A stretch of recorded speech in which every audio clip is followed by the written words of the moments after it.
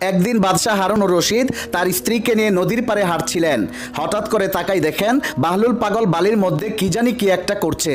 বাদশাহ হারুন রশিদ বাহলুল পাগলকে আগে থেকেই চিনতেন, তাই তিনি বাহলুলকে জিজ্ঞেস করলেন, তুমি কি করো এখানে? পাগল জবাব দিল, জান্নাতের বালাখানা বানাই। বাদশাহ আবার প্রশ্ন করলো, বালাখানা কার জন্য? বাহলুল বলল, যে কিনবে তার জন্য।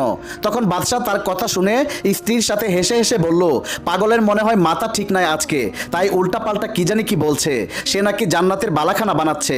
তখন বাদশার স্ত্রী জুবাইদা বাহলুলকে জিজ্ঞেস করলো, বাহলুল, আমি যদি তোমার এই বালাখানা কিনতে চাই তাহলে কিনতে পারবো কি? বাহলুল বলল, হ্যাঁ পারবেন। বাদশার স্ত্রী জুবাইদা বলল, দাম কত? পাগল বলল, 1 আনা।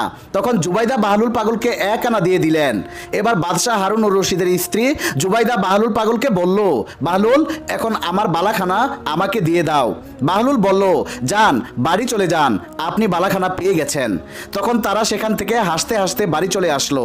বাড়িতে এসে বাদশাহ হারুন রশিদ তার স্ত্রীকে বলল, বাহলুল হচ্ছে এক পাগল আর তুমি হলে আরেক পাগল। পাগলে নাকি সেখানে বসে বসে জান্নাতের বালাখানা বানায় আর সেটা নাকি বিক্রি করে, আর তুমিও সেটা 1 আনা দিয়ে কিনতে গেলে। তুমি এই 1 আনা শুধু শুধু নষ্ট করলা। এই 1 আনা একজন ফকিরকে দিলেও ফকির অনেক উপকৃত হতো। বাদশার স্ত্রী তখন কোনো জবাব দিলেন না, তিনি চুপচাপ থাকলেন।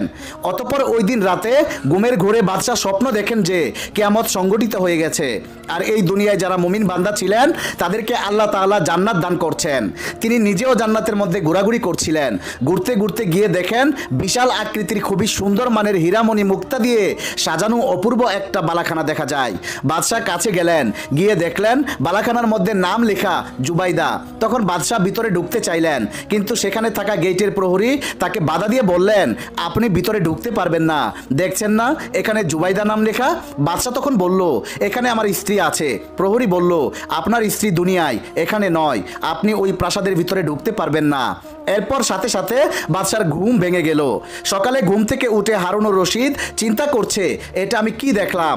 তখন ওই স্বপ্নের কথা বাদশাহ তার স্ত্রীর সাথে শেয়ার করলেন আর বললেন, তুমি এমন কি আমল করো যে আমলের বদৌলতে আল্লাহ তাআলা তোমার জন্য জান্নাতের মধ্যে এত সুন্দর রাজপ্রাসাদ দান করছেন। তখন বাদশাহ স্ত্রী জুবাইদা বলল, আমার তো এমন কোনো আমল নেই যে আমলের কারণে আল্লাহ তাআলা আমাকে এত সুন্দর বালাখানা দান করেছে। তেমন কোনো আমল আমার জীবনে আছে বলে তো আমার মনে পড়ছে না।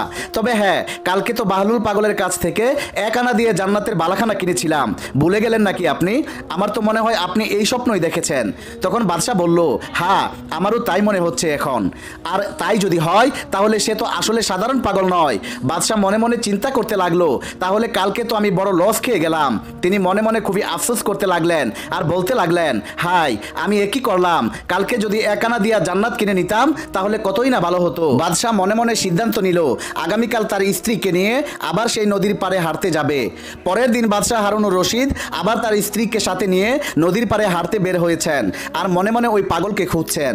তারা হাঁটতে হাঁটতে গিয়ে দেখেন যে ঠিক আগের জায়গায় বাহলুল পাগল আগের দিনের মতোই কি জানি একটা বসে বসে করছে। বাদশাহ বাহলুল পাগলের কাছে গিয়ে জিজ্ঞেস করলেন, বাহলুল, তুমি আজকে কি করছো? বাহলুল পাগল বাদশার দিকে না তাকিয়ে জবাব দিল, কালকের মতোই জান্নাতের বালাখানা বানাচ্ছি। বাদশাহ এবার বলল, এটা কার জন্য বানাচ্ছ? বাহলুল জবাব দিল, টাকা দিয়ে যে কিনবে তার জন্য বানাচ্ছি। তখন বাদশাহ বলল, আমি যদি কিনতে চাই? তখন বাহলুল বলল, আপনি যদি কিনতে চান তাহলে আপনিও পাবেন। বাদশাহ জিজ্ঞেস করলো, দাম কত? বাহলুল জবাবে বলল, বাগদাদ শহরের অর্ধেক রাজত্ব। এবার পাগলের কথা শুনে বাদশাহ পুরাই অবাক। বাদশাহ বাহলুলকে বলল, কালকে আমার স্ত্রী 1 আনা দিয়ে কিনলো আর আজকে তুমি বাগদাদ শহরের অর্ধেক রাজত্ব চাইছো। এবার বাহলুল পাগল জবাবে বলল, আপনার স্ত্রী তো কালকে না দেখে কিনেছে, গায়েবের উপর বিশ্বাস করে কিনে নিয়েছে, কিন্তু আজকে আপনি দেখে তারপরে আসছেন কেনার জন্য। পাগলের এমন কথা শুনে বাদশাহ হারুন রশিদ অবাক হয়ে বললেন, আমি দেখছি তোমাকে এই কথা কে বলেছে? পাগল বলল, কেন, আপনি কি অস্বীকার করতে পারবেন? আপনি রাতে স্বপ্নের মধ্যে দেখে